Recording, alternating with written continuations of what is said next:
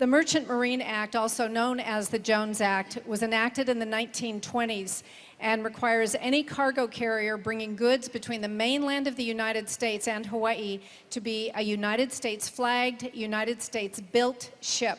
Some believe this adds to the cost of goods for Hawaii residents.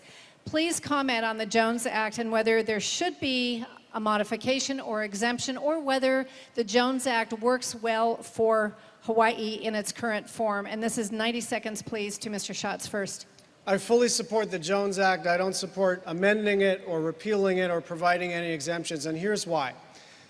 There is a reason that every Secretary of Defense, going back to Ronald Reagan, every Secretary of the Navy, going back to Ronald Reagan, and every president has supported the Jones Act, and that's because we need the industrial shipbuilding capacity for our United States Navy. This is a national security and national defense issue. The other thing that I would point out is that it's a bipartisan consensus in the Congress. There are Republicans who would like to repeal the Jones Act, but there are many members of the U.S. Senate Commerce Committee with whom I disagree on almost everything, but they continue to be supportive of the Jones Act because they understand that for our Navy and for our national security that it's important to protect it. These are Southern Republicans. They hate the Affordable Care Act. They're not with me on social issues. They think climate change is a hoax, but they agree with me on the Jones Act, and that's because this is for national security. The other thing I'll point out is the reason things cost so much on the Big Island is because we're not generating enough of our electricity, we're not generating enough of our food, and that's what we need to focus on, not the marginal savings that theoretically would occur if we were to undermine this important legislation. Ms. Hanabusa, 90 seconds. Is the Jones Act working well for Hawaii? Yes, the Jones Act is working well for Hawaii, and Brian and I don't differ much in what he just said, and it's important to the shipbuilding industry, also for defense. There's a reason why it's considered part of the Merchant Marine Statute, but it's also important for Hawaii in a way that people may not really recognize right up front. Hawaii, we have expensive land costs. Imagine what it would be like if we had to warehouse goods and produce that comes in from the mainland. I would love to see us sustainable all the way, but remember, the one thing that we do have are those containers. And when the containers come in, they act like actually mobile warehouses. The fact that it is Jones Act and the fact that it is regulated also gives the states the ability to say that you will provide services to the neighbor islands. Look at what it would be like to give goods and services to Lanai or Molokai, or even from Oahu to here. What would that be like? What would that cost be if you didn't have the ability to have containerized shipment that is refrigerated, that can bring produce in, that can bring milk in, that can bring all these other products in?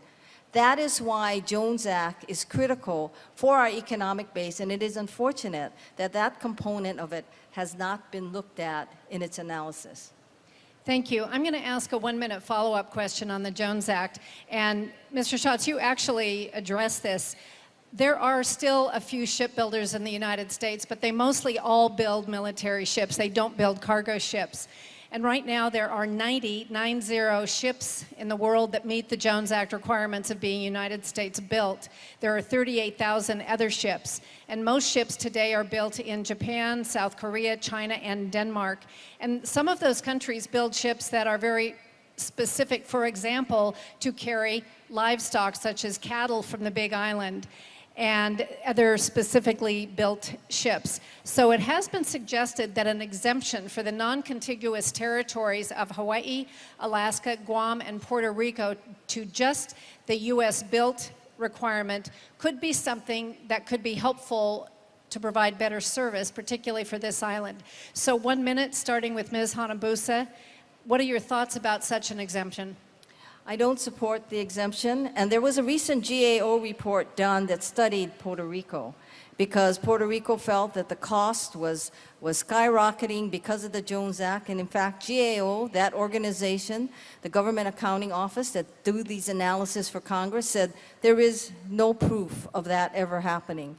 So when if we were to exempt The question is, for what purpose? We're exempting, and we're going to lose whatever industry that we have in terms of shipbuilding. Shipbuilding cannot continue just on military alone.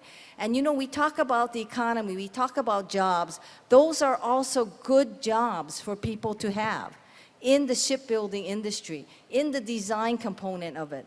So when we think about just destroying an industry like that, we need to step back and really understand the consequences. Thank you very much. I'm going to ask you each a 1-minute question about health care. And the first is, I'm sure you know that the rural areas of this state are... What? You want to answer too? I'll be very brief. 1 minute. I agree with Thank Colleen you. on that one. Look, I think we don't have a lot of disagreement about the Jones Act, so let's move along. Thank you. So I'm going to cross out the Schatz one on this one because you just answered. Fine. Thank you for pointing out that I forgot you.